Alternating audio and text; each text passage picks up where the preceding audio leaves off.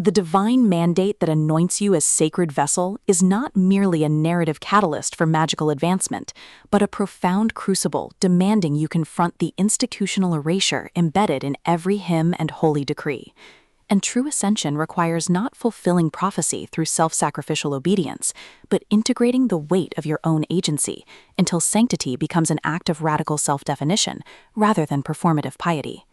In Path of the Saintess, Lilith Marlowe transforms the progression fantasy trope into precise exploration of feminine sovereignty and embodied accountability, proving liberation isn't found in reaching apotheosis, it's forged in honoring the woman beneath the title when every ecclesiastical expectation demands she remain either icon or instrument. From incense and ancient stone narration, listeners enter worlds where devotion is syntax and presence is the only unbreakable covenant, perfect for fans of emotionally intelligent progression fantasy, where female complexity defies chosen one passivity. When acolyte Alara Vance awakens to saintly power, expecting divine clarity, she discovers the goddess's silence mirrors the exact suppression she's endured beneath years of ritualized compliance.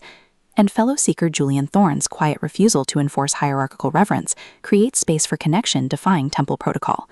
Navigating celestial trials and buried attractions, Alara realizes this path isn't about submission, but recalibration, with Marlowe avoiding reducing Alara to passive oracle or Julian to stoic guardian, instead crafting radical reciprocity with constraint, where trust is earned through honoring boundaries, even as magic blurs them. An audiobook narration amplifies this alchemy by capturing Alara's disciplined composure fracturing into clarity, and Julian's guarded intensity revealing warmth beneath vigilance, making listeners feel seismic shifts of souls, learning some divinities can only be claimed when you stop letting dogma define their validity. What elevates this beyond typical progression fare is portraying sacred intimacy as somatic practice rather than romanticized destiny, with Alara confronting how religious culture equated worth with utility, while Julian creates sanctuary where her contradictions exist without diminishment, their relationship evolving through shared silences during moonlit meditations, bypassing performance, rhythms protecting both spiritual integrity and psychological safety, and mutual defense against zealots mistaking tenderness for heresy, supported by fellow acolytes encoding suppressed grief, elders carrying intergenerational weight, and the temple itself absorbing centuries of unspoken bargains, reinforcing that in extraction-based systems, tenderness toward process is technique, and presence is sustainable resource, with ritual attunements mirroring emotional integration and sacred oaths becoming metaphors for earned trust.